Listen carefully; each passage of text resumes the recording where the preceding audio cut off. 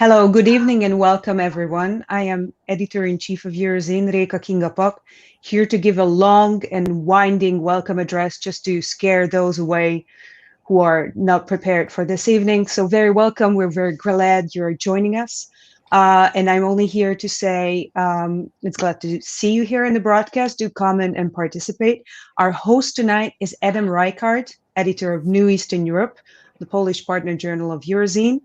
And this event is part of the 31st European Meeting of Cultural Journals, a conference that, due to the very understandable circumstances, we had to sort of drip away throughout the months. There will be more coming up on the 2nd of July. More information on this you can find in Eurozine, and enjoy yourselves.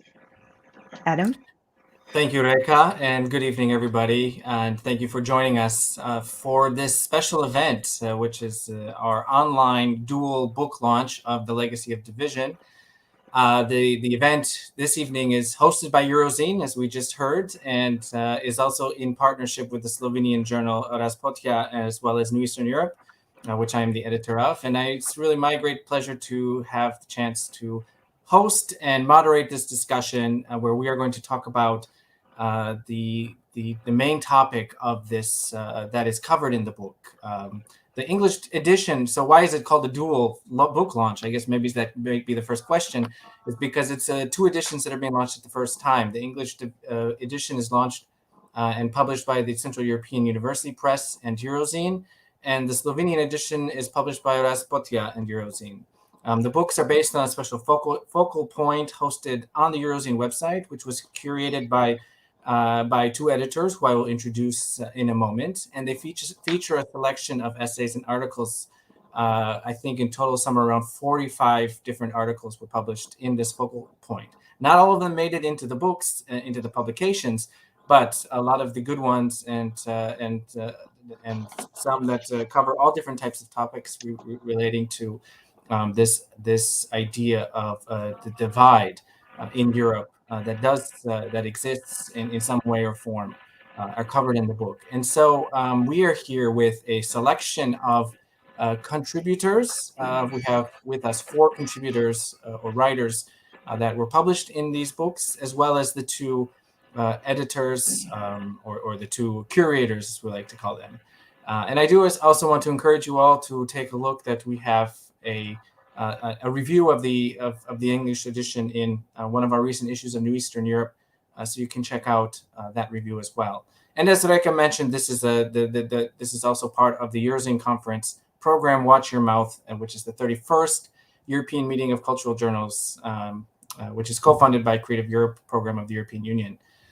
So tonight we have a special format, a unique format, where we have 4 speakers, 2 editors. So in total we have 6 speakers, and we'll try to do the discussions in pairs. But I do want to encourage all of you who are watching on Facebook and on Twitter to make sure to submit your comments. You can do so in the comment section on the Facebook stream or on the YouTube stream. We get to see them all, and we will also have a Q&A section in the end of the program. So without further ado, maybe I will introduce the first pair of our speakers who are going to discuss some of the topics that we cover in the publication.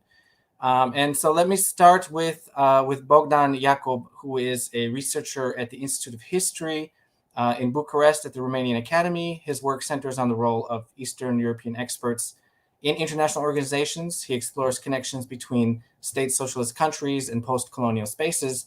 And in 2019, he co-authored the book 1989, A Global History of Eastern Europe, together with James Mark, Ljubica Spaskovska, and Tobias Ruprecht.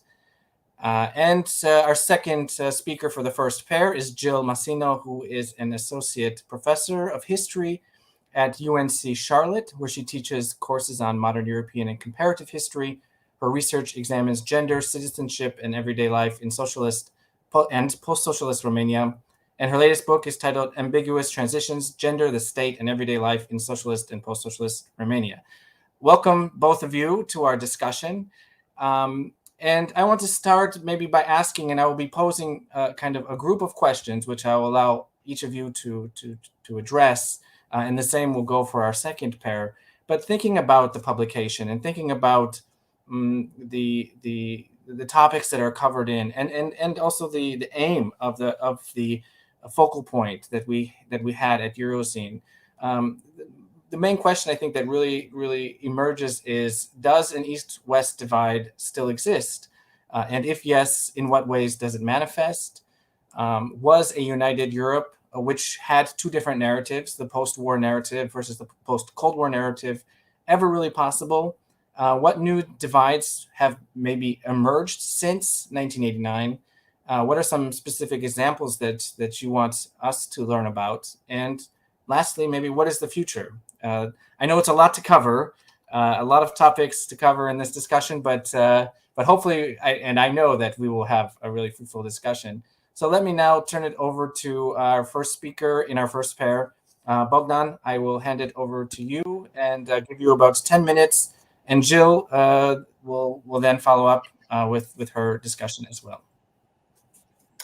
Thank you, Adam, for the generous introduction. And in my intervention, I'll actually take on this issue of the East-West divide. And I think that this discussion of a new East-West divide is rooted in the spread of populist governments in Eastern Europe in the past decade and their nationalist challenge against Western liberalisms.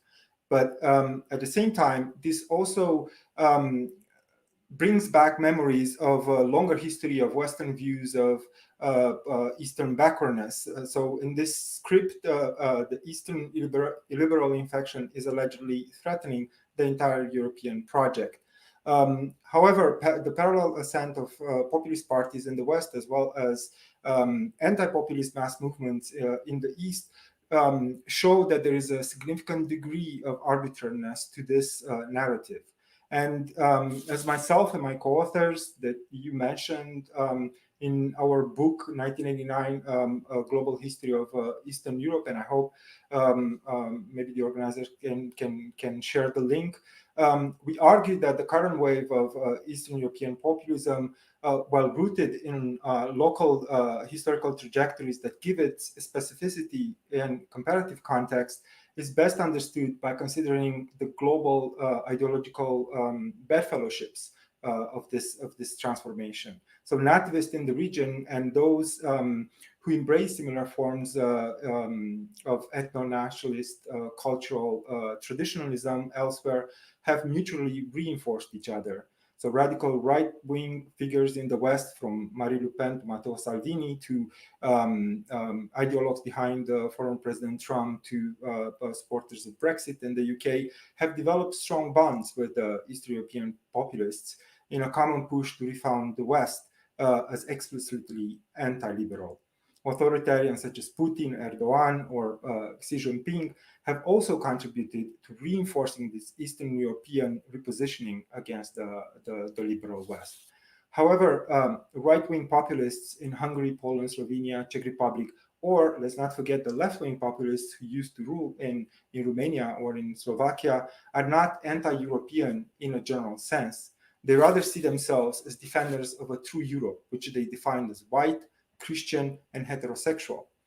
Fears of demographic decline, which are partly rooted in a westward migration of Eastern European population, debates about the so-called Muslim threat or the defense of traditional family values allowed conservative authoritarians to position themselves as the pioneers in the defense of this true Europe. The East now functions as a foundational site in the imagination of Western right-wing politicians, where an ethnocentrically defined West can be preserved. At the same time, we argue in our book that there are specific regional factors that explain this illiberal counter-revolution. And this is where I see the difference between the East and the West. These are rooted in the specificities of 1989 and more generally in the state socialism's collapse. Eastern Europe has always been constituted by in-betweenness. Sometimes it identified with the West, but oftentimes it located itself between East, West, and South. So the recent turn away from Western liberalism is just the latest manifestation of a longer history of shifting symbolic geographies and ideological frames. Communism itself was, at least in its early stages, underpinned by the assumption that the region had to be wary about the West, and that only through autarkic development and alternative global entanglements could Eastern Europe escape as its historical status as hinterland of Western Europe. A key reason behind the latest change of orientation, the so-called divergence, much vaunted by pundits, and Jill will further deal with this issue, was of course the economic and financial crisis of 2008. And it was not particularly due because of economic effects. Of course, they were serious, but maybe not as severe as in the south of the continent. But the economic crisis chipped away at the idea of liberal West as a model for democratic reform. It allowed the revival of stereotypes of a weak and morally dissolute West, of an imperialist West, that were quite popular during the decades after 1945 and even before that. So in socialism, party states presented the world abroad as dangerous and used cosmopolitanism as a derogatory term to characterize what they saw as decadent globalist capitalists. The national and the people were embraced in communist political rhetoric and cultural politics. In the 2010s, populists picked up this strategy of positioning the national homeland and the state with its welfare policies, especially for families, as protectors for the hardships of globalization. Strengthening national sovereignty was repurposed during the pandemic. In Hungary, Poland, Serbia, Bulgaria, governments used the COVID crisis to reinforce central power by labeling the EU as incapable of pandemic response, or by lambasting the apparent lack of solidarity of richer nations. So the substitution of hierarchies in Europe that was already underway before 2020 gripped the societies. So for a short while, we had the idea of the East outperforming the allegedly arrogant West. However, COVID proved to be an equalizer. The pan-European second wave wiped out triumphalism, and at the same time, vaccine nationalism swept across the continent. But returning to 1989, the conservative counter-revolution, as it has been called, also drew from the ambiguous elements of 1989 itself. While the latter has been praised as the triumph of Western liberalism, it was also littered with authoritarian, populist, and socialist visions. Most of these may have been disciplined during by the idea of the transition, but at the same time, they came back in the late 2000s. So the predominant form of exit from communism, this pacted negotiations between reformed communist elites and liberally inclined dissidents, also created a sense of estrangement among Eastern Europeans who felt left out from these arrangements. So contemporary illiberalism ties visions and ideas of the transition period and draws on the discontents with the post-1989 transformations. Radical critiques of post-1989 establishments have also exploited the imbalances in post-socialist development, discontent with structural dislocation caused by the disappearance of entire sectors of economies with the social networks that sustain them, fueled broader rejections of the entire transformation, some of which Jill will be discussing. Yet such ambivalence was not absent from the 1989 revolutions. They had a darker side that has been often ignored of violence, ethnic strife, and geopolitical segregation between East and West, as well as North and South. Another element ignored from the buildup of the revolutions of 1989 was the fascination with authoritarian capitalism. For instance, during the 1980s, reform elites in Hungary, Poland, Czechoslovakia were imagining privatization, deregulation, and opening up to world markets within one-party systems, emulating the model of Franco Spain's or Pinochet Chile or the East Asian tigers. Of course, these were defeated in 1989, these visions, but they came back in the 2000s when various political leaders from Orbán to Kaczynski, Borisov to Zeman or Vučić revived the idea of the region benefiting from elements of economically dynamic liberalism in places such as Singapore, and actually here they were on the same page with some supporters of Brexit, or even China. Another temporarily marginalized trend of 1989 was the fear that the return to Europe would trigger a westernization that would wipe out the so-called authenticity of national cultures and societies. This is an important thread that populists have woven their critiques of what they see as the unfulfilled process of East becoming equal with the West. They exploited the civilizational hierarchies inherent to European integration, presenting themselves as advocates of national liberation from a colonizing West or from self-colonizing elites. However, 1989 has also become more recently a usable symbol across the political spectrum. It has been subverting, in this sense, this idea of East-West divide. It is powerful among civic activists defending liberal institutions or calling for state accountability or transparency. And during the protests in the 2010s across the region, 1989 became the symbol of an unachieved West-like democratic normality, and it signified the unfulfilled hope of citizenship empowerment.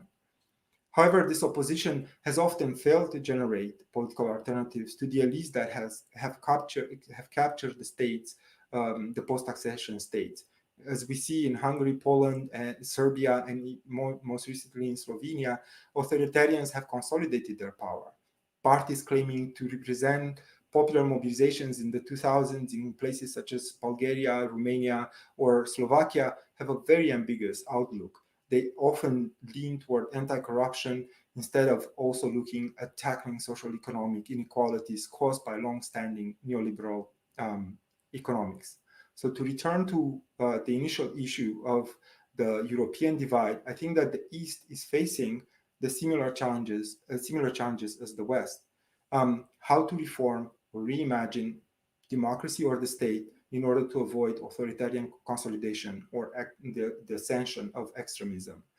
Now, populists claim not only to safeguard their nation from liberal decadence, from capitalist globalism, but also in the context of the pandemic, from medicalized populations, from within, as it happened with the case of the Roma, or from without, people who are deemed as threats to the health of an ethnocentrically defined body politic.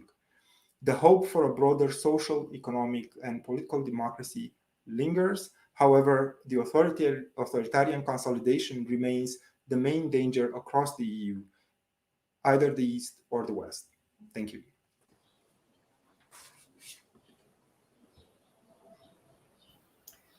Okay, I guess I'll just transition. Thank you so much for Adam for inviting me to participate in the book launch, and also Bogdan for your excellent presentation. As per the book title, I'd like to start by addressing issues of divisions, which I'm putting in quotes to problematize it, because naturally divisions exist between the former Eastern Bloc and countries outside it. But of course, divisions also exist between Northern and Southern Europe, between continental Europe and the UK.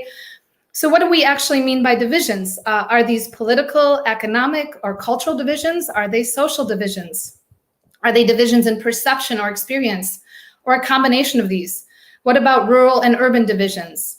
On a related note, do political divisions necessarily translate into economic divisions, as was the case during the Cold War? Or can political divergence coexist with economic convergence? As Bogdan and others have argued, the political divisions that have emerged since the global financial crisis are not distinctly East European, as populism and democratic backsliding are evident in different parts of the globe, including in the West. At the same time, this process has regional specificities. And if we look at the case, of course, of Hungary and Poland, where populism and illiberal governance is paired with and even legitimated by claims of being authentically European, we see this. So according to this line of reasoning, LGBTQ communities and feminists, among others, become symbols of Western decadence, while in addition to refugees and certain ethnic minorities, and they're seen as alien to populist leaders' narrow conception of the nation and, in fact, Europeanness. And obviously this exclusionary conceptualization of Europeanness not only goes against what we associate with the EU, at least on paper, but it also reverses the traditional power dynamic between East and West. And so according to this logic, the West should aspire to be more like the East. It is the West that should get its act together and catch up. As with most populists, however, these populists, mainly men, are opportunists, or perhaps maybe that's all they are. And while they claim to be purging the body politic of cosmopolitanism, protecting the nation from outsiders amassing at their border, as well as those within them, the reality on the ground is more complex. The West is not always a source of contamination, especially when money is involved. Western businessmen who set up shop in the region are welcomed with open arms. And blue-collar migrants from China and Thailand and elsewhere are all right as long as they're cheap and they keep their mouths shut. Leaders from the region have thus effectively exploited the EU, non-European laborers, and people's sense of vulnerability for political and economic gain. And they have done so not only in Hungary and Poland, Bulgaria and Romania, but also in non-EU member states. Meanwhile, the EU assumes the role of the indulgent parent, or that gives or forgives, and looks askance when their children misbehave or slaps them on the wrist. As of late, populism seems to be contagious in the region, as new kids have appeared on the block, flexing their exclusionary muscle. While their policies often include increased social entitlements, which largely explains their popularity, various groups have experienced restriction, discrimination, and undermining of their human rights. And here, women of childbearing age, journalists, members of LGBTQ communities, cultural figures, immigrants, among others, can be included. So I would actually like to shift the focus from the populists to the population, from how populists fabricate and exploit divergences to how divergences figure into ordinary people's experiences and perceptions. For while the West and the EU have become Orbán and Kaczynski's whipping boys, giving the impression that East Europeans have strayed or diverged from the idea of Europe and the ideals of liberal democracy, on a popular level, support for the EU remains relatively high and has actually gone up in places like Romania, where as of last month, it was 58%. And this can be attributed to some of the things that Bogdan mentioned. So the unachieved West-like aspiration for democratic normality. And this includes, of course, adherence to the rule of law and democratic values, increased state accountability and institutional transparency, but also naturally enhanced quality of life. And so I'd like to pick up on this topic and discuss the divergences between people's expectations and realities by focusing specifically on Romania. And here the unfulfilled hopes of transition are manifest in different ways. For some, post-socialism has been a source of disappointment and frustration, as hopes for convergence with democratic normality and the living standards that accompany them have been dashed. And Romanians, like many other East Europeans, anticipated increased employment opportunities, enhanced social entitlements, and an improved quality of life, as well as perhaps increased government transparency. While some have indeed enjoyed increased standards of living, others experience vulnerability, uncertainty, and even poverty. After a decade of food and utility shortages under Nicolae Ceausescu, Romanians did not in their wildest dreams imagine that they would, in the early 2000s, shiver in frigid apartments because they couldn't afford heat, use low-watt bulbs, or go to bed early because the cost of electricity was like in the West. Nor did blue-collar workers anticipate that capitalist restructuring would consign them, one of the most glorified segments of the population, to redundancy, or that bosses would profit from driving their factories into bankruptcy. So I would argue that the divergence between expectation and reality, which has been destabilizing economically and psychologically, is also important when assessing the region. And we need to examine how the various strategies people have employed to manage it play out. Here I'm referring to using connections, bribes, favoritism, and other informal practices to ensure material livelihood, secure services to which they are in fact entitled, or receive a fair consideration when merit is insufficient for advancement.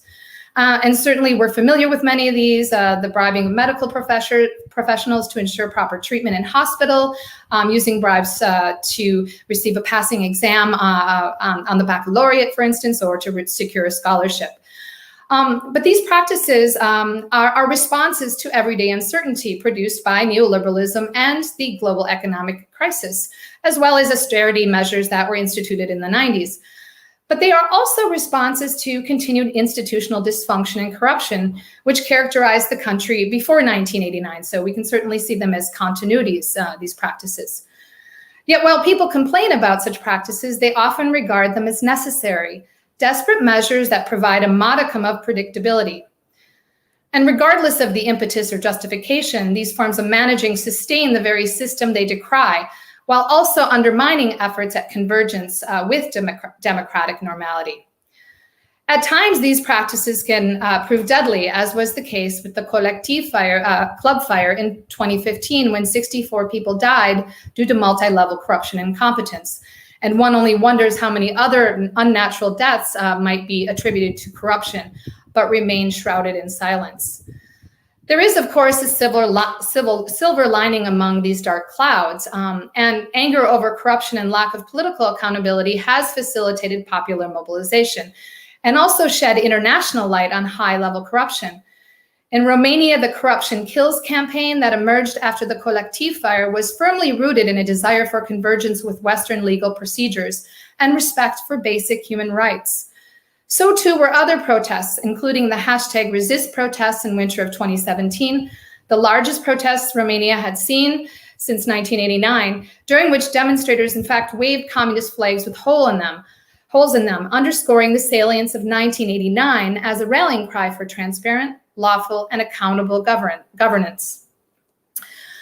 But this is a region-wide phenomenon. Bulgarians, Poles, Hungarians, and Czechs, among others, have come out in droves to protest political corruption, censorship, curtailment of social entitlements and intellectual freedom, and limits on reproductive rights. A host of NGOs also work towards convergence, as do individuals. For instance, last year, when some Romanian senators, inspired by legislation in Hungary, introduced an amendment to the national education law, which would have prohibited reference to the term gender in educational institutions and banned gender studies as an academic discipline, a group of feminist scholars successfully petitioned the Romanian Constitutional Court to reject the bill. Thus, civic pressure has, in some cases, stalled or even undermined populist bullying and should be viewed as a promising path towards convergence. But what does convergence mean if people outside the former Eastern Bloc are also experiencing economic uncertainty, questioning the merits of democracy, find themselves lulled by populist promises that make their country great again? Normality, which continues to elude many in the East, has slipped away for people across Europe as a result of the global financial crisis, austerity policies, and more recently, the pandemic. Consequently, East and West have converged as a result of positive and negative developments. EU expansion and the increased flow of goods and peoples, but also social dislocation, populist and isolationist politics, and Euroscepticism. As Bogdan notes, authoritarian consolidation remains the main danger across the EU, both in East and West. This is a convergence we should be concerned with. Yet, as I discussed, convergence is a macro and micro concern, and a continental and a local one that operates not only on the level of high politics, but also on the level of the everyday. We should therefore think not simply in terms of East converging with West, but also in terms of aspirations converging with experiences. Acknowledging Romanians, and for that matter, East Europeans' desire for convergence between their perception of normal living standards and their enjoyment of them. For Romania, as well as other states, reallocation of public expenditures in favor of ordinary individuals in the forms of increased salaries and pensions, and social entitlements in the form of healthcare and education over state security services and the construction of new churches can improve the quality of life and would be a good start in bridging the gap between expectation and reality and working towards convergence. Thank you very much, Jill and Bogdan, both for your input. A lot of very interesting points. I think we will try to summarize the whole discussion towards the end, but for me, it was very interesting to hear both of you talk about not only the fact that there are these divisions, but how complex it is, and that we cannot look at it just as black and white, and that there are a lot of, as Jill was mentioning, this whole topic of convergence. where we have maybe east moving somewhat west, but we also have west moving somewhat east, and just the different narratives and the reality on the ground and the complexity. So I really do appreciate both of your inputs. Just to keep the conversation going, I'm going to now ask our next two speakers to come on. I will introduce them as we get ready for the next two inputs. So we have joining us Jannis Panagiotidis, who is a scientific director of the Research Center for the History of Transformations at Vienna University. From 2014 until 2020, he was junior professor of migration and integration of Germans from Russia at Osnabrück University. And his research focuses on East-West migrations, past and present, and on the history of free movement. His book, The Unchosen Ones, Diaspora, Nation, and Migration in Israel and Germany, was published with Indiana University Press in 2019. And we have also Simona Skrabec, who is a Slovene literary critic, essayist, and translator living in Barcelona since 1992. She is a professor of literature at the Open University of Catalonia and of translation at Autonomous University of Barcelona. She is the author of several books and has directed extensive projects about cultural exchanges. From 2014 to 2020, she was the chair of PEN International's Translation and Linguistics Rights Committee, and her main interests focus on the European literature of 20th century and the relation of literature with the construction of historic memory and identity. Welcome to the discussion, both of you. And I'm going to now just hand the baton or the virtual microphone. Maybe we'll start with Jannis this. Continuing the discussion, we've already heard Bogdan's discussion, particularly from more a look back, the meaning of 1989 and the divisions that still remain. A lot of focus on populism and the narratives, as well as what we heard from Jill. Jannis, I'm going to allow you now the first input, and then after about 10 minutes, please hand it over to Simona. Okay, thank you, Adam, for the introduction. And thanks to the organizers for the invite. Very glad to be here tonight. Well, even though it's my own living room, where I would be anyway, but sharing this very interesting discussion with you. And it's actually it's my contribution now will connect quite nicely, I think, to some of the things we heard from both Bogdan and Jill, especially when we talk about convergence in some ways, but we'll get to that. Now, when we talk about whether an East-West divide still exists, when I think of this divide or of the division of Europe in general, I think, first of all, of it in physical terms, of borders and of movement, being a migration scholar, the migration historian. And I think here we can see on the one hand that this division as we knew it has ceased to exist. So the physical barrier, the Iron Curtain, is gone. Most of the former Eastern Bloc countries are now in the Schengen area. Their citizens can move freely within Europe. Of course, there are some post-socialist states which are not inside this area. Actually, some of their citizens are worse off than before, and ex-Yugoslavia is, of course, a case in point. I'll also get to that, but for now, let's focus on Eastern European countries within the European area of free movement and how they got there. And how they got there was anything but easy. And in fact, this process shows us some of the virtual or mental borders that still exist on this continent, and that also translate into physical borders at certain points. So free movement of persons was, I would argue, the most contested and the most contentious part of European eastward extension. And the reasons, I would argue, are a deep-seated prejudice, which by now I would even call racism. I don't use this term in my contribution to the volume, but I would speak of racism of West Europeans against East Europeans. And the reason why I would call this racism is the long history that this prejudice has, which, goes back which goes quite far back. I mean, we know from the work of people like Larry Wolff in particular, that West European thinkers of the Enlightenment started to construe East Europeans and Eastern Europe as different, as backward, and ultimately also as inferior. And this construction of the East as different in the 19th century turned from a cultural prejudice into racial prejudice, which was often actually a mix of different types of racisms and different types of prejudice. So anti-Eastern, perhaps broadly speaking, anti-Slavic, which was very important in the German context in particular, and of course, at times, and increasingly so, enhanced, so to speak, by anti-Semitism. So the Eastern Jew, the Ostjude, was the ultimate other for West Europeans for a great deal of the 19th and also the 20th, the first half of the 20th century.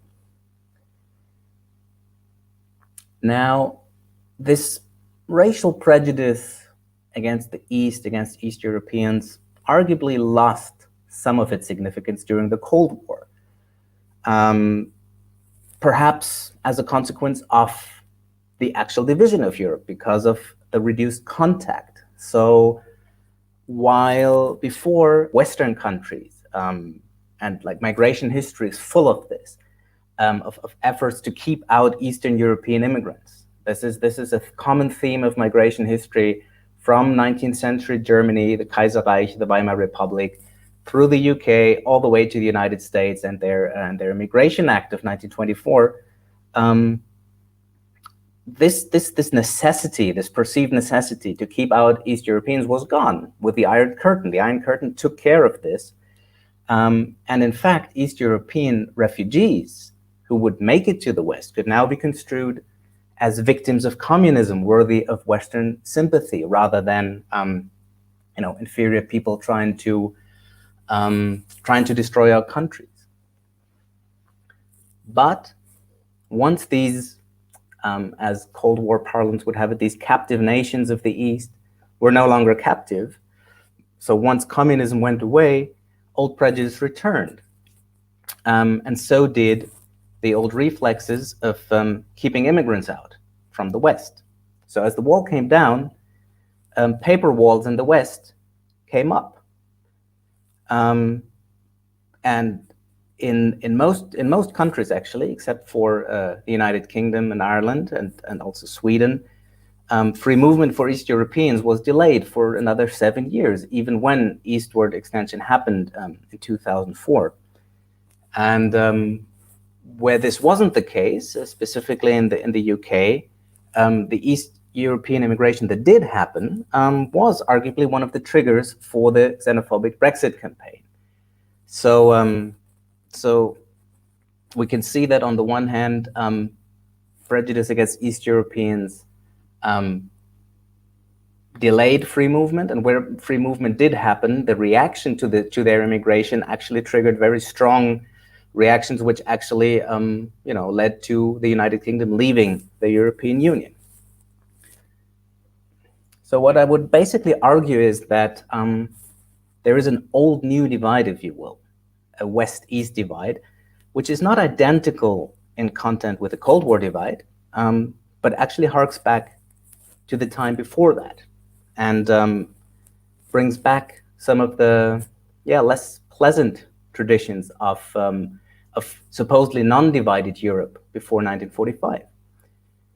And once again, I think what's also interesting to bear in mind here is that there's once again a mix of prejudice at stake here.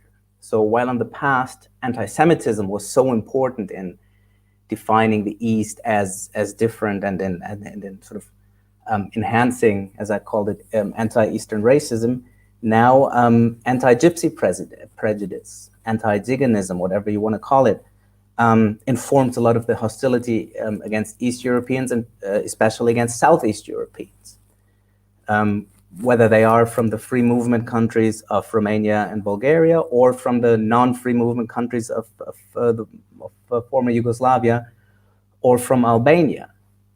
So to give you one example, in the town where I used to live in Germany, in Osnabrück, there was a relatively sizable immigration from Bulgaria. Free movement immigration, of course, but these immigrants were framed in the media as, first of all, as a sort of dangerous parallel society that was forming in a marginalized district of the city, and they were also depicted as abusive of the welfare state, basically. And nobody ever used the term gypsy or referred to Roma or whatever, but the implications were kind of clear, just like the implications were clear when Germany, during the so-called refugee crisis, tried to clamp down, especially on immigration from the Western Balkans, as they would call it, which is a term that I don't think ever existed, but now has become a synonym with sort of illegitimate asylum migration, which again very often is associated with Roma. So in this sense, we have also a return of some unhappy alliances of prejudice here. Well, with 1 minute to go, let me perhaps say a few words about the future, which is also a question that we received. What about the future? And there, I would like to touch on this issue of convergence, and specifically that kind of negative convergence, if you will, that Bogdan and Jill both alluded to. So there is actually the possibility that this division, this internal division of Europe, as you will, can be overcome in a none too pleasant way against other, so to speak, and against an other from the outside, be it refugees, be it whatever you frame it, refugees, Muslims. So basically an external other that Europeans can construct their sameness against. And I think to some extent this is actually happening. That's again this kind of convergence on the right that we already heard about, and that is really not, I believe, what we should be aspiring to, but this is definitely something we have to deal with in the coming years. On that note, thank you very much, and I hand it over to Simona. Jannis, thank you very much for your thoughts. I'm also very glad to be here with you from Barcelona. I received this invitation from Luka Lisjak to write about East and West, and I entitled my paper "Out of My Love for the South." I suppose I was inspired by the fact that I moved from East, from Ljubljana to South, to Barcelona. So somehow I needed to make a reflection about what changed in these years is also a change of prejudices, and that suddenly we have not just these actors of East and West, but also very visible the divide between North and South. So my question, what I would like to address today here, is how we construct the categories that we use to understand the reality, which is go a little bit further than Jannis was speaking about now about categories in more maybe theoretical way. Let's start thinking of the world before the pandemic, when we were traveling from one end of the Europe to another by using these low-cost airlines, and we easily forgot about all the obstacles.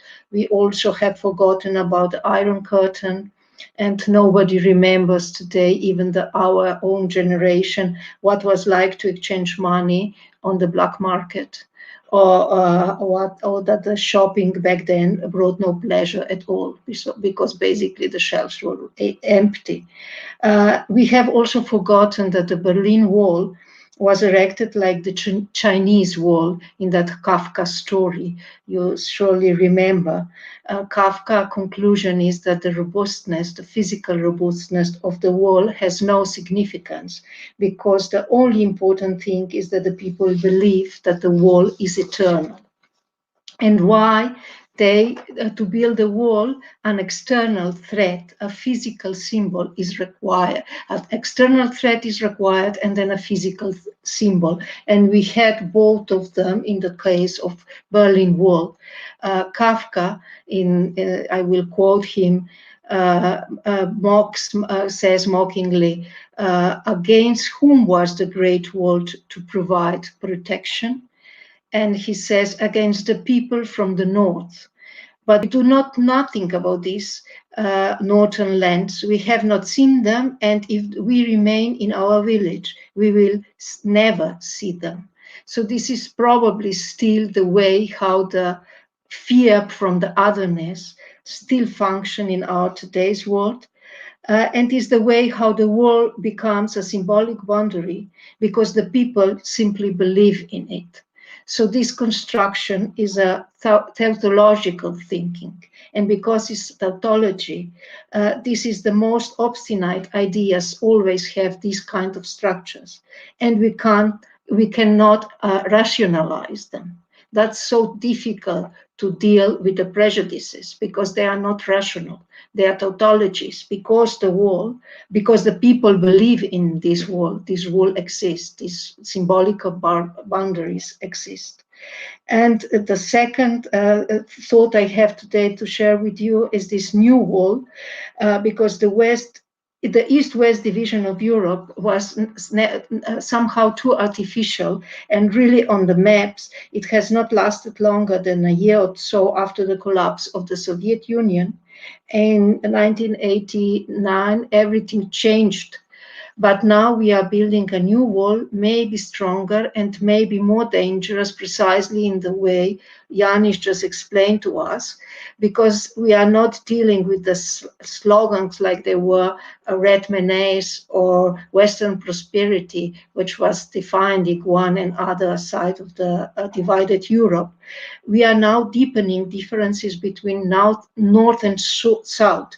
And these differences are very deeply rooted. They are old prejudices in literature and art that exist and are again visible. But still, the South, what is here important is that the South does not represent only just a fear from outside, but South is also in our literary and artistic tradition also an utopia of different way of life, or the place where we can escape of our order, of our oppressions. And this idealistic South, for example, the tourist industry is exploding very successfully, rests on this longing for the South. So the South, of course, this kind of South does not exist, but the social tensions are worse in the countries that were colonized and excluded from the progress for centuries. But the colonial power did not completely destroy the solidarity between people. So the South somehow knows how to survive in difficult circumstances. And here also it generates a strange envy of the North, because South knows how to function without stability. So it is not just that we can divide this between progress and retardedness, but also that South has something for the North that can bring there. And there is an essay that was written in 1933 by Walter Benjamin on the island of Ibiza in Catalan, in the Balearic Islands, that was back then the piece of untouched life, of rural life, called Poverty and Experience, a very critical reflection about how Europe is dealing with her past, especially with the First World War. And today we can say that we are getting poorer in Benjamin's sense. We are poor in Northwest because we do not belong to our own people. We are alienated from our environment and we live wrapped up in ourselves. But we blame others for this poverty. Newcomers from outside are always to blame for everything. Europe is somehow aware of her painful isolation, of this chronic mistrust, but where does these sentiments come from? there was too much cruelty and too much silence throughout the 20th century. Benjamin said already in 1933, just before everything starts again, that from all these conflicts, men returned mute. They were not able to speak about their past. And this incapacity to reflect our own past also has a huge influence to how we deal with our present. So my conclusion will be that today we travel so much, but it is as though we were walking along smooth rocks and leaving no footprints. Tourists and migration flows blend and become indistinguishable sometimes. We divide them into mutually exclusive categories. But are they really? Are they not just people that are on the move? Let's say that categories cannot be eliminated. As Yuri Lotman said, the barbarian is created by civilization and needs it as much as it needs him. So this is the same thought as Kafka put it in his story that I quoted before. So we are mutually dependent on these kind of categories because we grope the world through categories. People are rich or poor, spaces are open or closed. We see ourselves free or trapped. But in the reality, we always live in between all these categories. So the journey from north to south is never a journey from light to darkness or the journey from civilization to a barbaric chaos.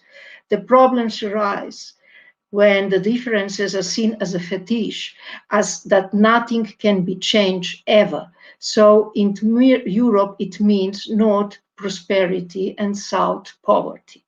But these differences, these unchangeable differences, are also visible inside the society. So the divisions are even more problematic when we deal with our own society, because the old continent has again created conditions for undocumented, nameless, invisible people, that they live just right next to us in the same building at the next street, and you don't need to see them if you don't want to. So here another thought from Wittgenstein, another quote: the world of the happy man is a different one from that of the unhappy man. And this is still true. So if we speak now about what kind of future we can expect that would be better than we have now, is we should learn to see what is invisible to us, what we don't see because our prejudices of our mental frames, to learn to hear the voices that are not part of our happy story, and not just to see what is outside our society, but also what is inside. Not a fight again, not explain everything in this slogan of them against us, but to be able to understand that tension, conflicts, and differences are actually an energy that can build innovation and changes in the society. Thank you so much. Thank you, Simona and Jannis, both for your inputs, and I think there is a lot of common threads in what both you have said, and together with Bogdan and Jill in the beginning, and just looking at. I think Jannis hit the nail on the head when he talked about Orientalization. He didn't use the word Orientalization, but I think this is a lot of what you were referring to. And when we think about these divides, and exactly what Simona said, is that these mental constructs, they are something that is natural to us as humans to create. But how do we break down these barriers? How do we open up our eyes to see the invisible things that we don't want to see? I think these are very important points, which I hope we will continue to have a chance to discuss. And now I would like to bring on our editors of the books, the two editors, who I will briefly introduce. We have with us Ferencz Laczo, who is an associate professor in European history at Maastricht University. His recent publications include Hungarian Jews in the Age of Genocide in Intellectual History, 1929 to 1948, and Catastrophe and Utopia, Jewish Intellectuals in Central and Eastern Europe in the 1930s and 1940s, as well as Luka, Lisjak, Gabrijelčic, who is a historian, essayist, and translator. He's the editor of Raspotia, the Slovenian journal, also, which was the co-publisher of the Slovenian edition of the book, and also a member of Eurozine. Welcome both to you to the discussion. And I think I just want to start out maybe by asking for both of you to provide a bit of reflection on what we've heard so far from our contributors about this legacy of division, how it exists, how it manifests, this idea of convergence, which has, I think, come out in all of the discussions as well. But I would also ask maybe if you could briefly give our audience some idea on what your aim is with the publication, and who you're aiming to have, maybe who are you aiming the publication towards.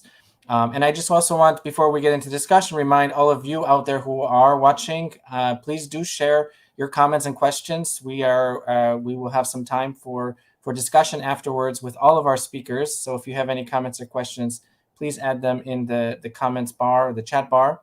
And if you would like to learn more about Eurozine, I do suggest following Eurozine and signing up for the Eurozine newsletter as well, where you can get a lot more of this type of debates and discussions that we have at Eurozine. So, gentlemen, I will hand it over to you. I'm not sure who wants to go first. I'll let you decide. I think my suggestion is that Ferencz shortly introduces the aim that we had with the volume, and then I'll address your issue about convergence and divergence. Okay. Are you okay with that, Ferencz? Sure, we could do that. Why not? Again, I'll be perhaps brief this time and hand the floor to you soon. I think the basic idea was to look at the legacy of the Cold War divide on 4 different scales. We were particularly interested in exploring that how it has worked out since '89 within the nominally reunified Federal Republic of Germany. Then we were thinking of the EU, right, where we also have a lot of discussion about the so-called newer and the so-called older member states. And then we wanted to take it to the all-European scale, thinking also about Russia and Ukraine, right, and the East and West in that sense, right, thinking about East and West after the Cold War and what that means for those who may not have made it into the enlarged West that we have today.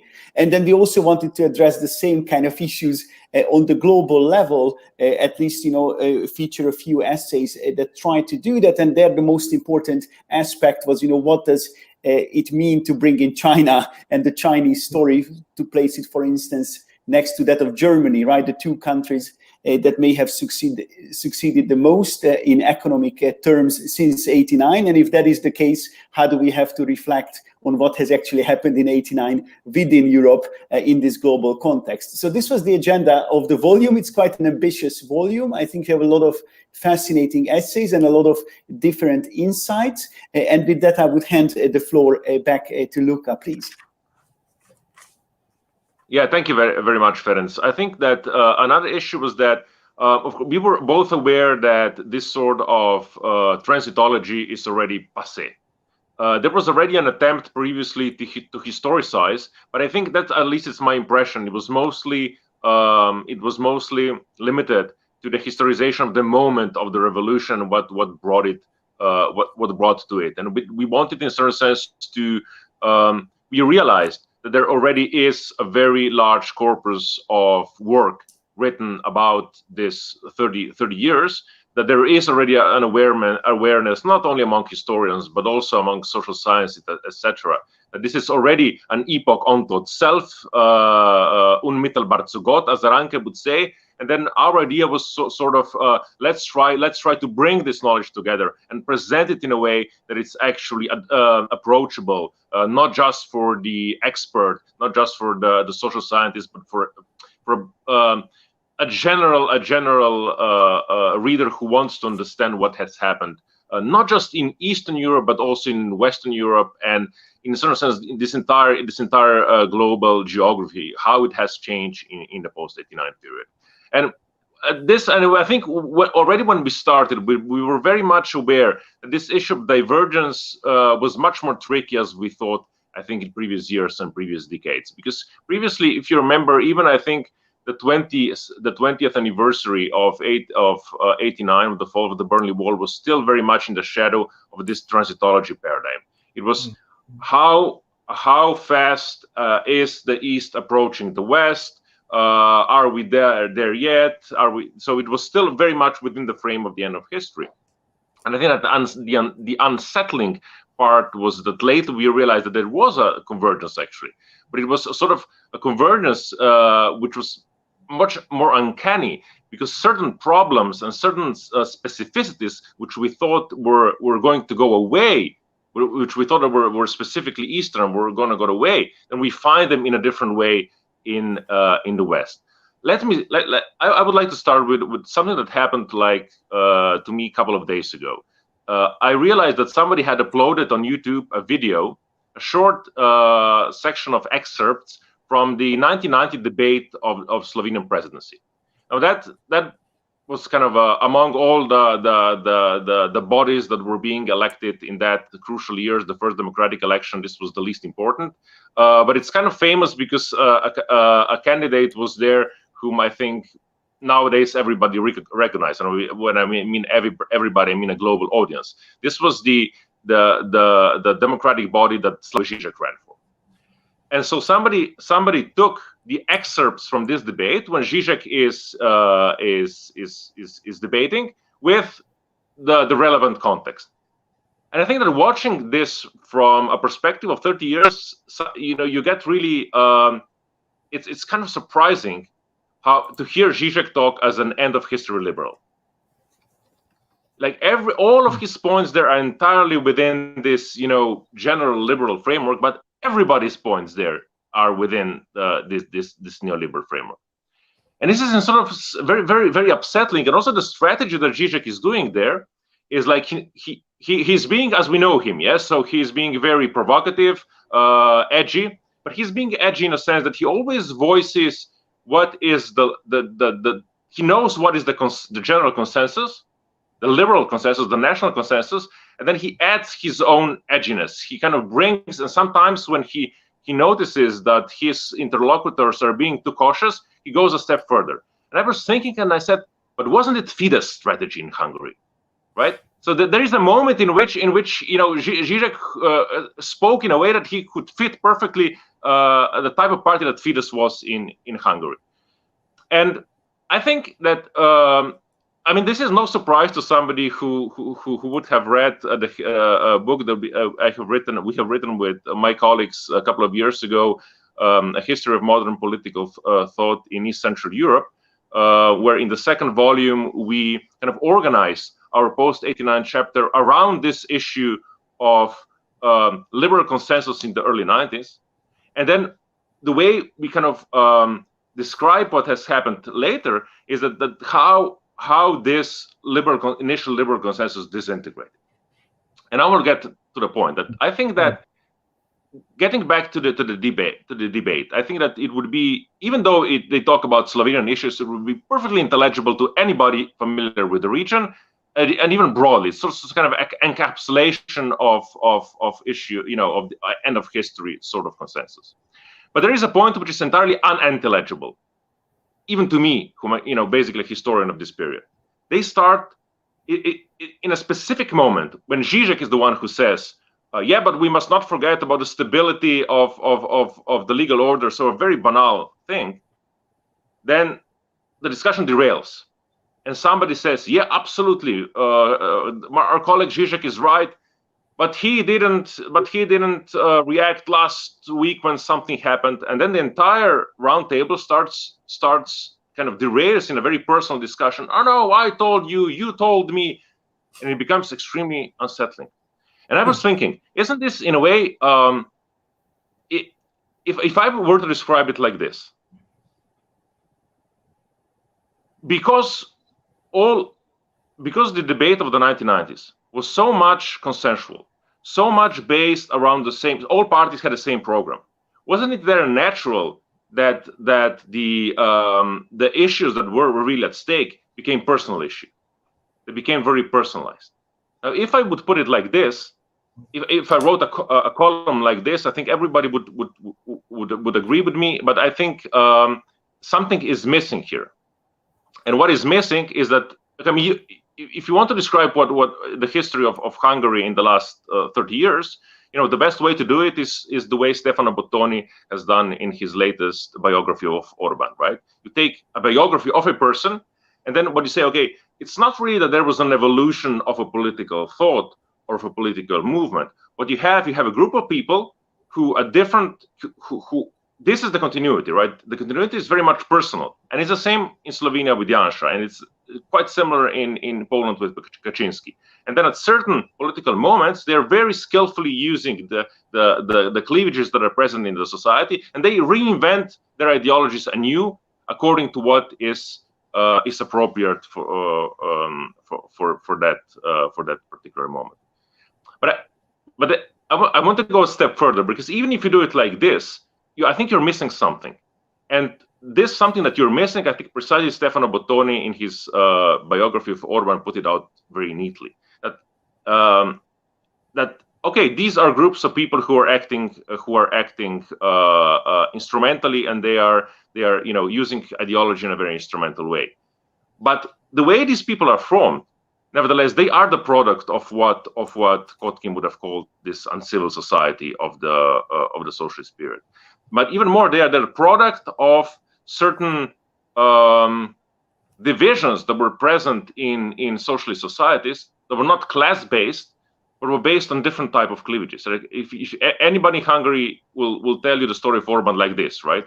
This is the main narrative, that he's the guy from the provincial town, the product of Skadarist social mobilities clashing with the liberals of Budapest, right?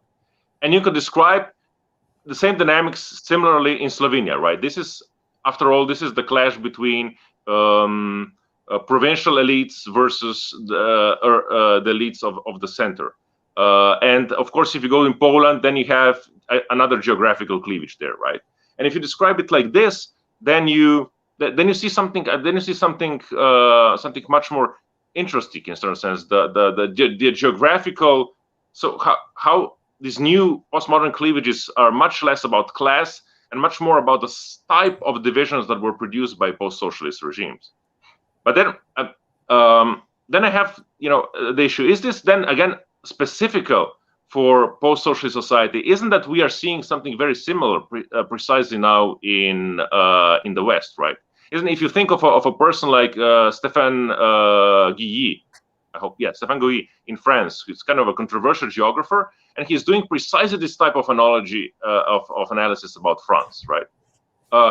And he became very famous with the Gilets jaunes, right? Because this precisely this issue of how far you are from Paris, how do you get to Paris, through train or through car? This became sort of a kind of a very very important division. And here again we see that here again something that seems to us very specific to post-socialist societies becomes something that is quite translatable in Western standards. Let me end with an anecdote. Like some 15-20 years ago, I was talking to a friend from a small town in Slovenia, and he was telling me the small town is like kind of a layer of different social stratifications. So there you have a very small medieval center under the castle, then half kilometer or 1 kilometer upstream, you have this, Panelák, as Czech would say, this sort of socialist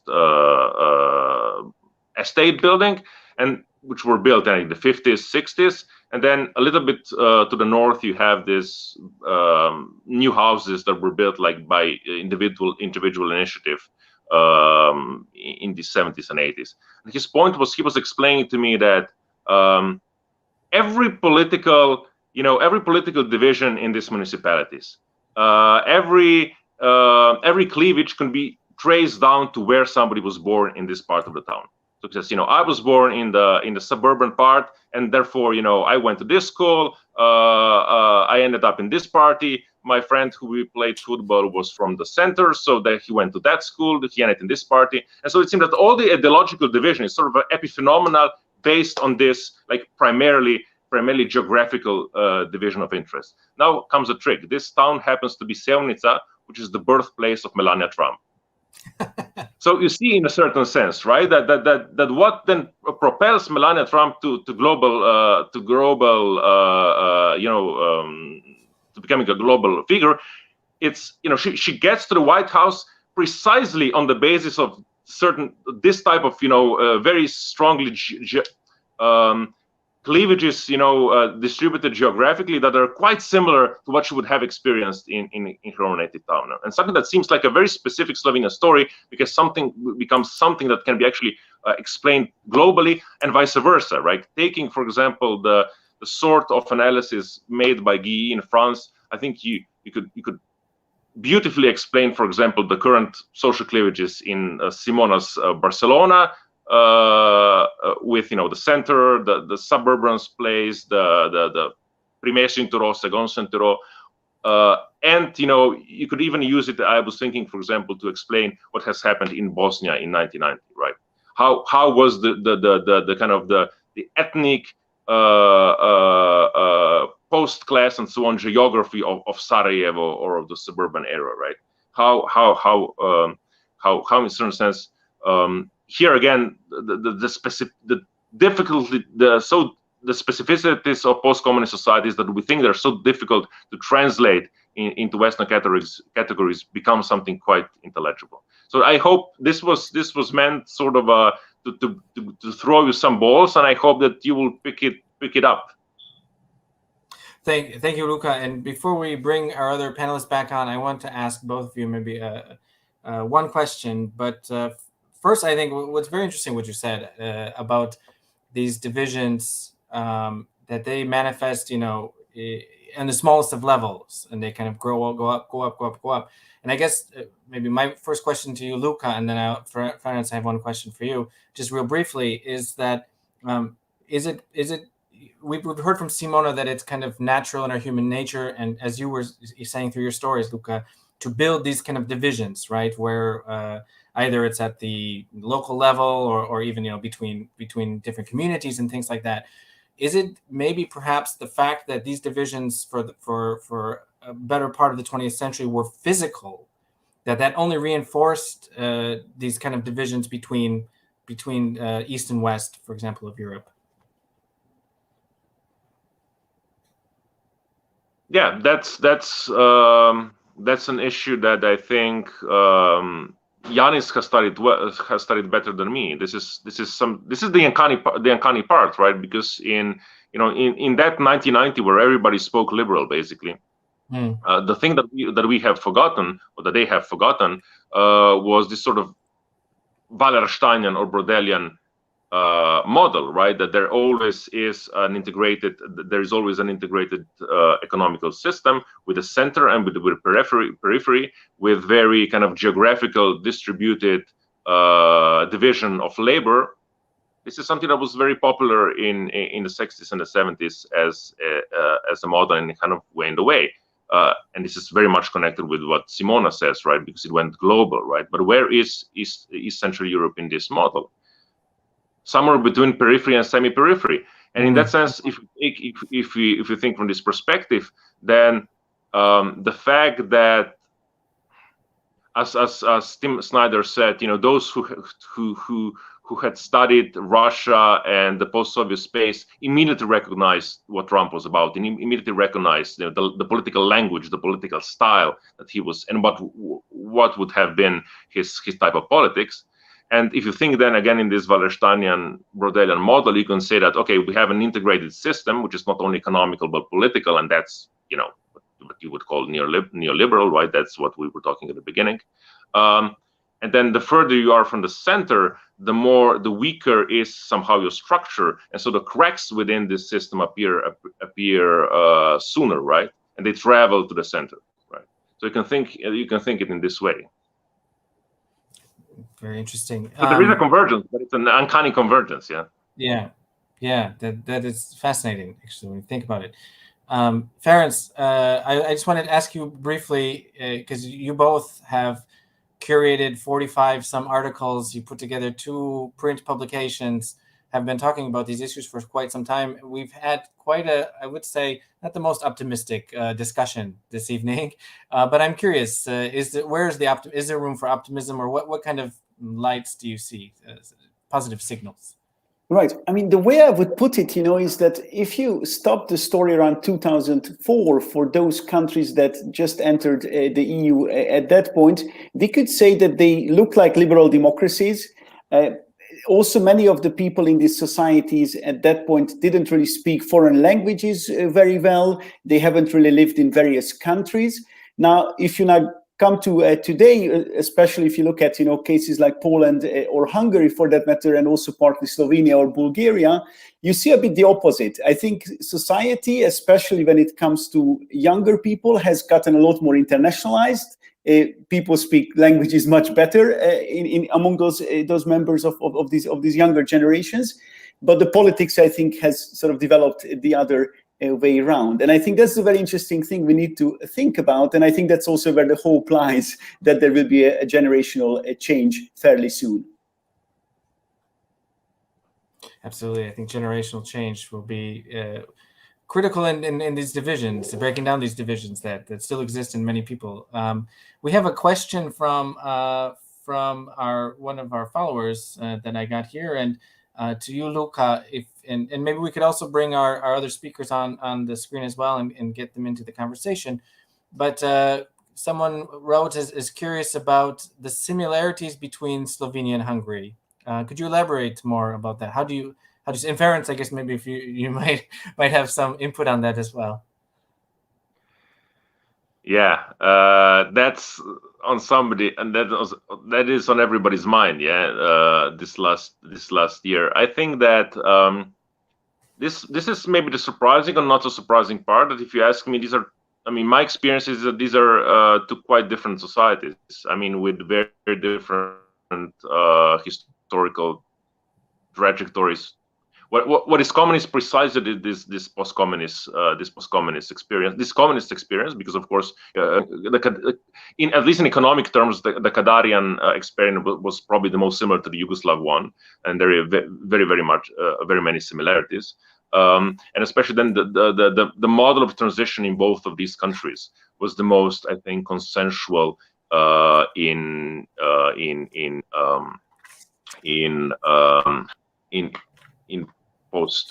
post-communist Europe, with Poland, coming a close third. I think that in the case of Slovenia, again, going back to that debate in 1990, the central issue with the transition in Slovenia, well, not with the transition, but like with this short moment of 89-90, was of course independence and sovereignty. But for a long time, I thought this was a specificity of, let's say, post-Yugoslav countries, so ex-Soviet Union. But then if you think about it, it's not really quite the case, right? I mean, sovereignty was actually the issue in all of these countries. What was the point of Orban's speech that propelled him to fame, right? It was Russians go home, if you want to summarize the speech, right? If you go into Poland, I wonder what you think, Adam, but I was asking like 5-10 years ago, people from Poland, what is the main slogan, the main narrative about the change of 89? How would you describe it? A regime change, or revolution? And they said that for most people it was a regaining independence. About in Czechoslovakia, I remember, like, of the 25th anniversary of the fall of the Berlin Wall, we had a conference, and again this idea again came to the foreground, that this was actually for most people the main issue, the Russian presence, and this was actually the element, the point where this very tiny opposition that spoke a totally hermetic languages could connect to the broader audience through this kind of language of regaining independence, of self-determination. And if you go back, to start orderly to end where we began, to start in Berlin, yeah, I mean, this is the fall of the Berlin Wall, and then it's a symbol of reunification of Europe, right? Is a symbol of the end of the Cold War, but essentially it's about the reunification of Germany. So again, you bump into the issue of sovereignty as one of a very important, I would say, crucial aspect of 1989, which is somehow being forgotten. And to get back to your question, or to the question of the audience, I think that the way there always has been a crack between the national aspiration for sovereignty on one hand and the other, let's say, liberal package of 1989, and that what right-wing populists have been very, very skillful of doing this is kind of using this crack and transforming into a political cleavage. And I think that hasn't been properly this aspect of how the issue of sovereignty has always been present from 89 onward, somehow hasn't been, I think, properly understood and studied. Yeah, I think it's interesting, the narrative. I mean, just even from Poland, the topic of 1989 has actually quite changed over the most recent years. It's become more divisive and seen as a missed opportunity. Now is the correction that we are in. Of course, it's all the part of political narrative as well. I'll ask if anybody would like to jump in. Maybe we could start with Bogdan. Yeah, I see you have your hand up since you've been talking about that also in the beginning about we're kind of coming back around. So right, go ahead, Bogdan. Right. I agree with Luka about this issue of sovereignty as being central during 1989. However, a word of caution here. I think that we also have to see how this sovereignty was packaged in terms of what was expected out of independence. And I think that this is where the disconnect between the expectation of sovereignty and its manipulation in the 2010s by right-wing or left-wing populists, because what they're actually arguing, and this is where the lost transition or the failed transition narrative comes in, is that sovereignty should have come with West-like prosperity, with political rights, with the recognition of Europeanness, and so on and so forth. And this is where populists are arguing that 1989 has failed.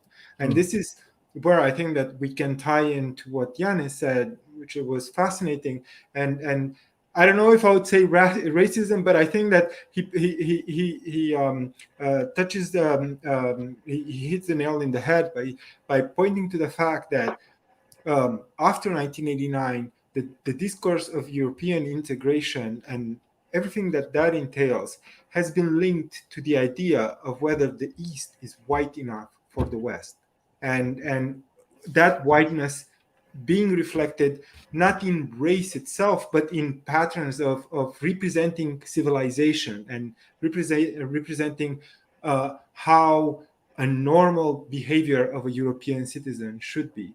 And this is, again, where the disconnect, and we tie back to sovereignty, comes back in reference to 1989 and how that was exploited, because as Jill was mentioning, nowadays, the left or right-wing populists are actually arguing that the West is not white enough because of multiculturalism, political correctness, immigration, so on and so forth, and that the East is actually defending that whiteness founded on Christianity, on family values, and conservatism, generally speaking.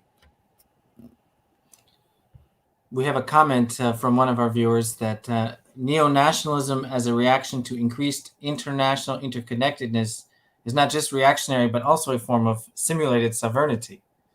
So about this discussion about this idea of sovereignty. What was a real issue has become sort of a phantom.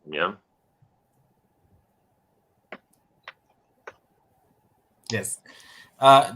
Just a reminder for those out there that who are watching us, the book is available both on the Eurozine website, but also the English edition on the CEU, the Central European University Press website.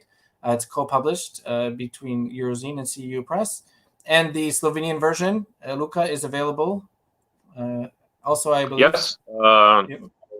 Yes, it's available online, of course, on the site of the ZRC for you can pre-order it, and of course, it by now should be available in all the major bookshops.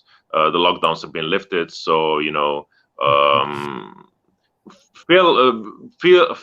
fill the bookshops with your presence again, and find our book there. We can all hold and read the paper editions again. This is a positive, exactly. And travel to the bookshops and visit different bookshops. Okay, we have like around 5 minutes or so I want to just maybe go around briefly and ask everyone just for a 1 or 2 minute concluding thoughts. We talked a lot about this legacy of division, and there was a comment also earlier about this. What does this legacy mean? When we use the word legacy, we often think about something that's lasting. So my question is about the future. We kind of talked a little bit about the future in our earlier discussions, but I think maybe a good way to close out this kind of discussion is to look at the future. If you could summarize in your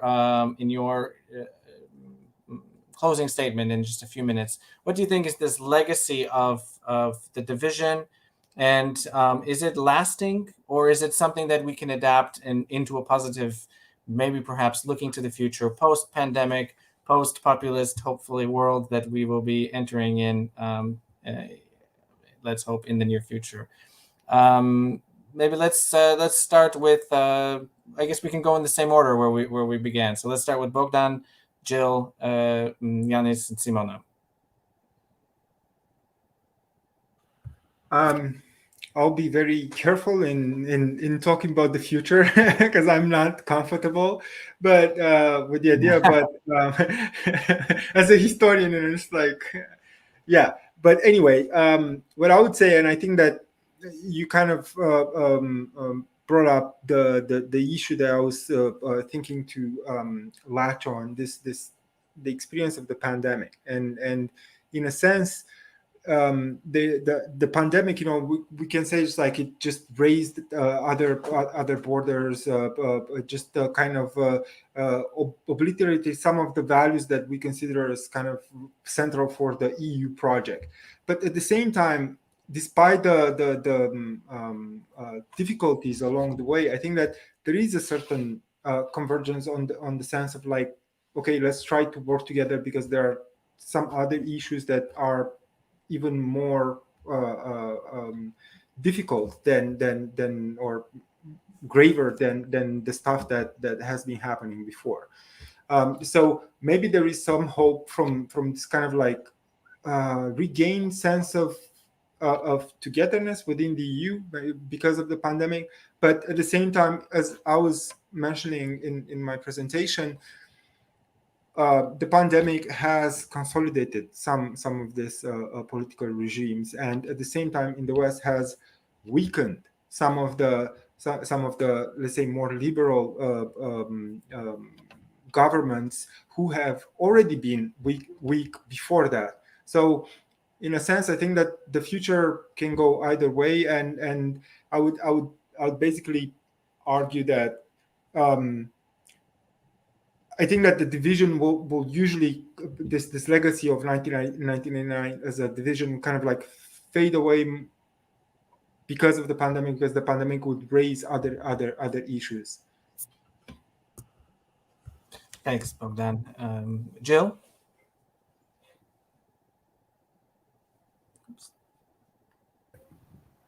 Now I'm unmuted. I concur with a lot of what Bogdan said, and I think we can go in so many directions with this question. I don't know if it's a legacy or not, but I see, as long as these states cannot provide their citizens with decent livelihoods and respect their basic rights, I see people continuing to leave, which you see, of course, happening in droves in places like Romania, Bulgaria, also Hungary. So even though, you have some efforts to kind of insulate people through social policy initiatives. It seems, in Romania at least, that neoliberalism is solidly embraced, and so that people still feel as if they're just struggling to get by.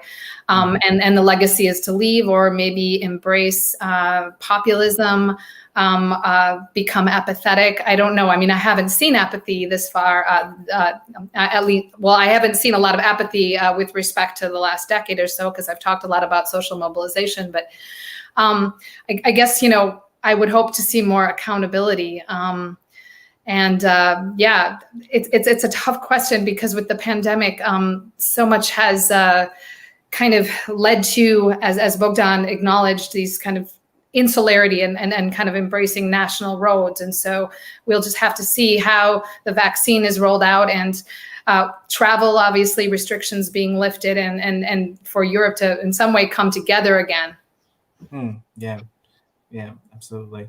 Jannis, and I should have mentioned there was one additional question, if anyone is interested or willing to mention the role of organized crime in the context of sovereignty and neo-nationalism. But Jannis, I'll hand the floor to you for your closing statement. Yes, thank you, Adam. Unfortunately, I cannot say anything on the mafia question, though it is an interesting one. As to the future, I mean, I've already tried to talk a bit about the future, and it was kind of a cynical outlook in a way. And I mean, that is definitely one, I think, one thing that we have to reckon with, or one possibility we have to entertain. The other thing is, I mean, if we frame this question about the legacy really in terms of sort of a remnant of the time before 1989, then I would say we are already in a very different phase, in the sense that what we're discussing now is shaped by so many other events, including EU enlargement, which, well, has to do with 1989, of course, but goes way beyond that. It has to do with the financial crisis. It has to do with the war on terror, even. Yeah, we haven't really talked about the geopolitics at all. It has to do with the refugee crisis, of course, which is kind of what another thing I deal with in my contribution to the volume, where we have this narrative now that the new division is anti-migration Easterners and pro-migration Westerners, which is of course complete nonsense. And there's really something else going on, and I'm intrigued by Bogdan's thought about this reversal of the whiteness paradigm, or this reverse accusation of the West suddenly being not white enough in many different ways, actually. And of course, the immigration issue plays a big role here. So to make it short, I think we've transcended the legacy of 1989 in many ways, but that doesn't necessarily mean that the future is bright and happy. Thank you, Jannis. Simona.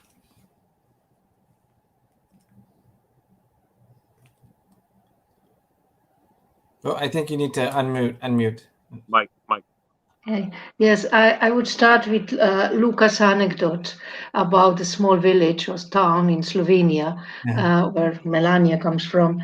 But all the towns are like that. This space thinking about how different actually are people who live in the small town or a small village or in any city anywhere. That actually the structure of society is not homogeneous. The nation is not a community. It's not all the people are the same, but even in the most authentic little village in Slovenia or anywhere, people are divided by their views, their way of life.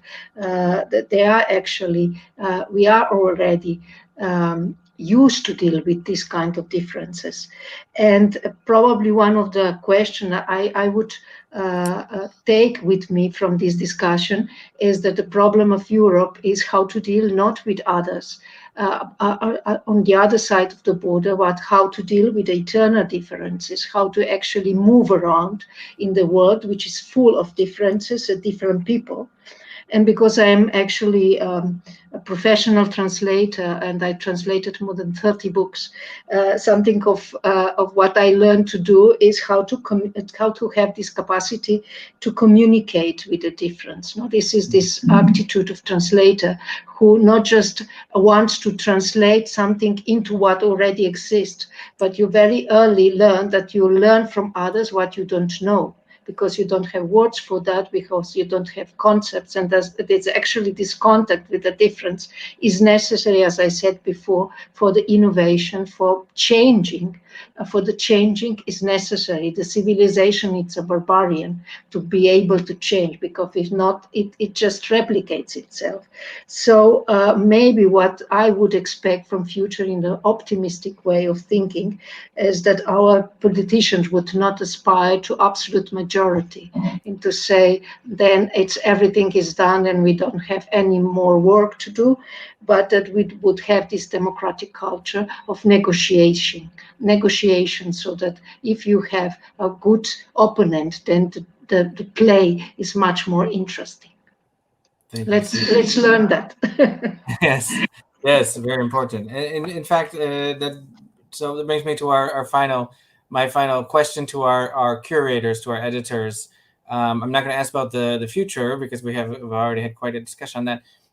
My question to close out our discussion this evening, since we're already 5 minutes over, if there's one lesson that you think that we should take away, either from our discussion today or from the publication or from all the articles, what is that one lesson that you would like us to take away? Ferencz. Right. I think that's a tough one to call, but I would say for me, the big lesson is that even after 1989, when it looked like East and West was growing together, I think the expectations towards that unification of Europe were very different. So I think it was to be expected that there would be a moment when we would feel that there is an East-West divide in Europe.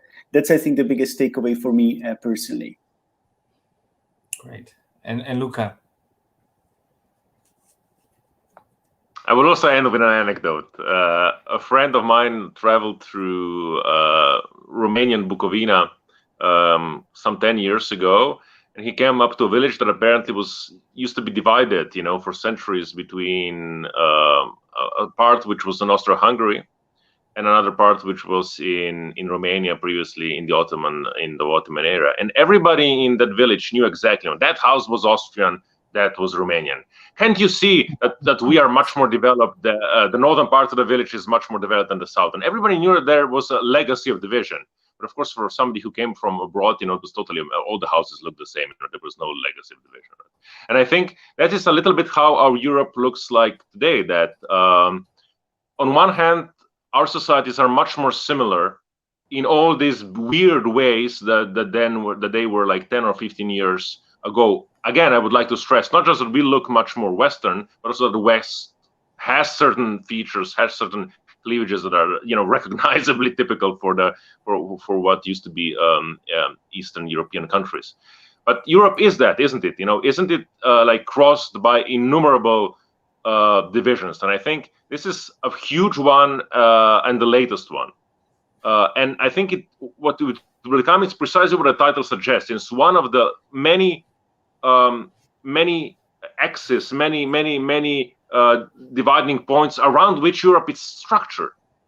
And especially if we think of Europe as the European Union, as precisely as a process, as it was then reinvented of kind of bridging these divisions, national, World War I, World War II, then this will be sort of the legacy of the Cold War division will become like a common legacy of all of Europe. It will continue to shape our reality, but in ways, I think, together in convergence and in divergence with other, layers of divisions that forms up after all what is the identity of Europe, which is again not a homogeneous continent, but precisely structured by this historical divisions. Exactly. A great way to end this discussion. Yes, I would like to thank all of our speakers and authors who were with us, Bogdan, Jill, Jannis, Simona, Ferencz, Luka. Thank you so much for joining us. And for all of you out there who are watching, thank you for joining us. Please do feel invited to attend the online Eurozine conference, which will also feature some of these discussions on July 2nd. The link is in the comments on the Facebook and the YouTube video. I would like to thank Eurozine and all of their support for organizing this event.